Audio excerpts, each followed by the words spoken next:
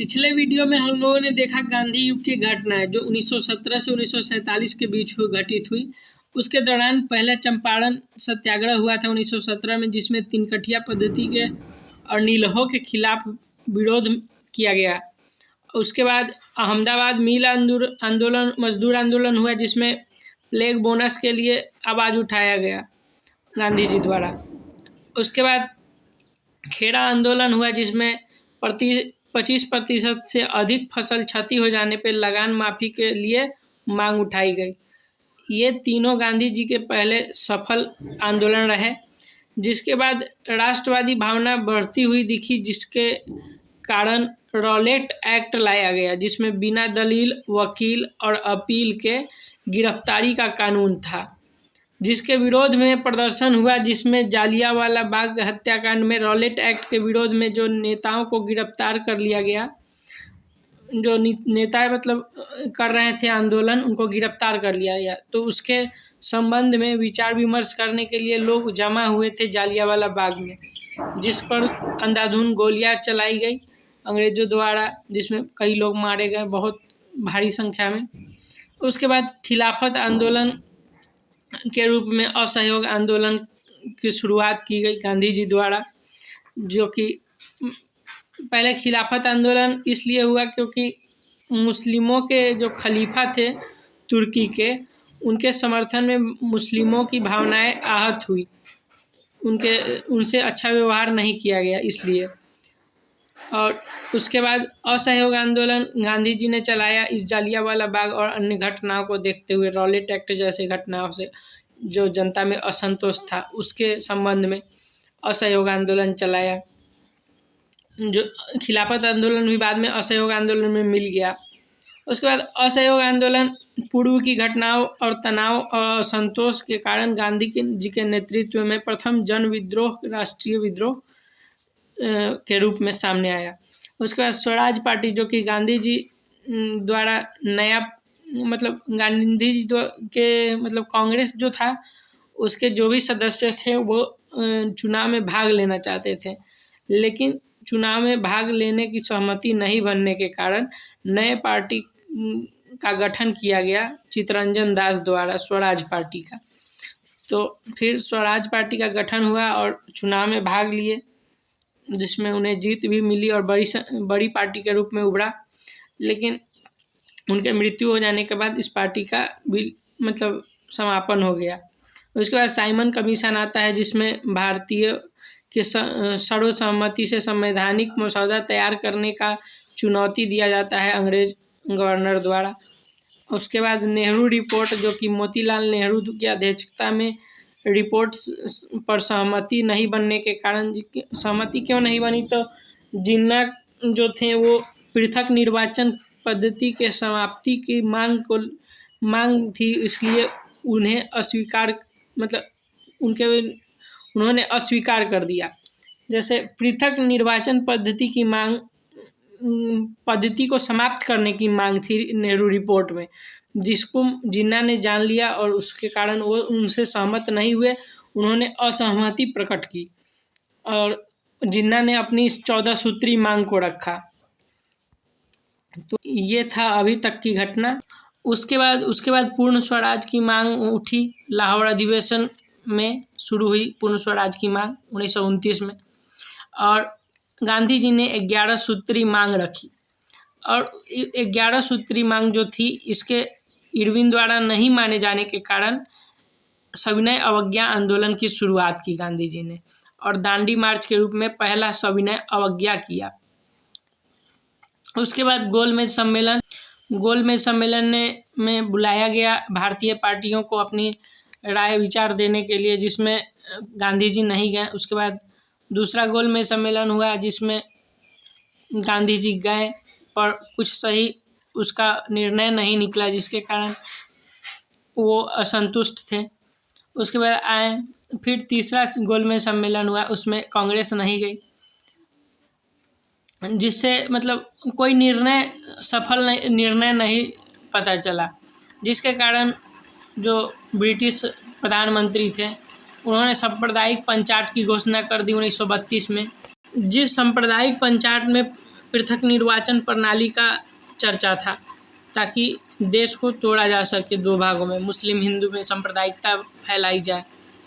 तो इसके कारण तो इसमें सुधार करने के लिए उन्होंने पूना पैक्ट के द्वारा इसके विरोध में पूना पैक्ट लाया गया, जिसमें महात्मा गांधी और भीमराव अम्बेडकर के मध्य बैठक हुई और उसमें सांप्रदायिक पंचायत को समाप्त करने के विषय में चर्चा हुई और 71 पृथक निर्वाचन क्षेत्र की जगह 148 आरक्षित सीट प्रांतीय चुनाव में दिया गया कांग्रेस द्वारा, और जिसमें केंद्रीय सदन में भी 18% सीट आरक्षित कर दिया गया। तो इससे भीमराव अम्बेडकर संतुष्ट हो गए। फिर तृतीय गोलमेज सम्मेलन होता है, जिसमें कांग्रेस सम्मेलन का बहिष्कार करती है और इस सम्मेलन में 46 प्रतिनिधि भाग लेते हैं। इसका भी कोई मतलब सार्थक निर्णय नहीं निकल पाता है। और इसके बाद ब्रिटेन द्वारा भारत के संवैधानिक सुधार हेतु 1933 में श्वेत पत्र जारी किया जाता है तृतीय गोलमेज सम्मेलन के बाद, जिसके आधार पर भारत शासन अधिनियम 1935 लागू किया जाता है। और 1935 की भारत शासन अधिनियम की चर्चा हम लोग कर चुके हैं। इसमें कुछ मांगें रखी गई थी जिस पर विचार किया गया।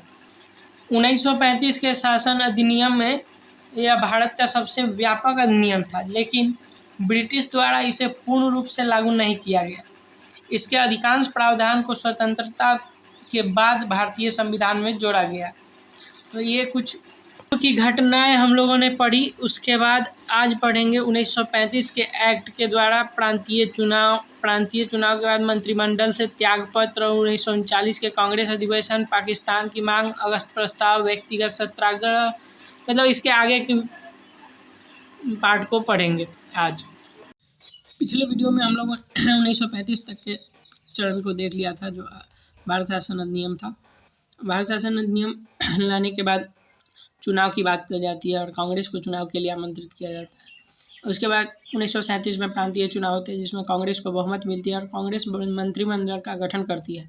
लेकिन द्वितीय विश्व युद्ध होने के बाद उसी के समय द्वितीय विश्व युद्ध होता है, जिसके काल में बिना भारत की अनुमति के भारत को जर्मनी के खिलाफ युद्ध में शामिल करने की घोषणा की जाती है, जिसके विरोध में कांग्रेस मंत्रिमंडल त्यागपत्र दे देता है।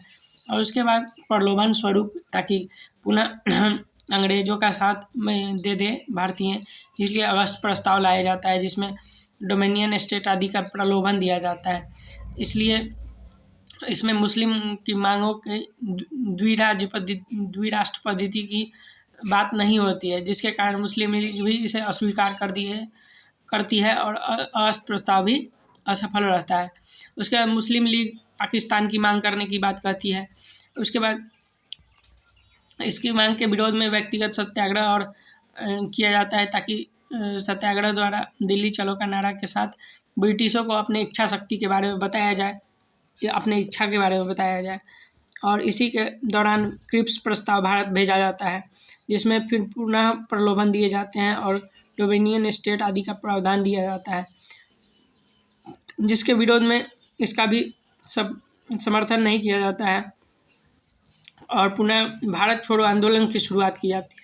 क्रिप्स की असफलता के बाद कांग्रेस आंदोलन करने का निर्णय लेती है और जिसके बाद भारत छोड़ो आंदोलन शुरू होता है, जिसके विरोध में ब्रिटिशों ने मुख्य नेताओं को गिरफ्तार करके इसका दमन करने का प्रयास कर देता है और ये भी आंदोलन सफल नहीं रहता है।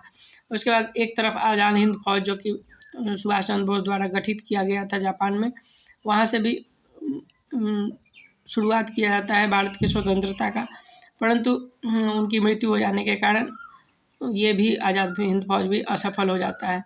उसके बाद वेवेल योजना लाया जाता है, जिसमें वायसराय वेवेल जो है, वेवेल योजना के अंतर्गत कार्यकारिणी परिषद में 6 मुस्लिम, 6 हिंदू और 1 सिख और 1 दलित का प्रावधान किया जाता है, जिसमें कम जनसंख्या में भी 6 मुस्लिमों की समर्थन, मतलब सदस्यों की सीट की मांग बात के कारण इसका भी विरोध ही होता है।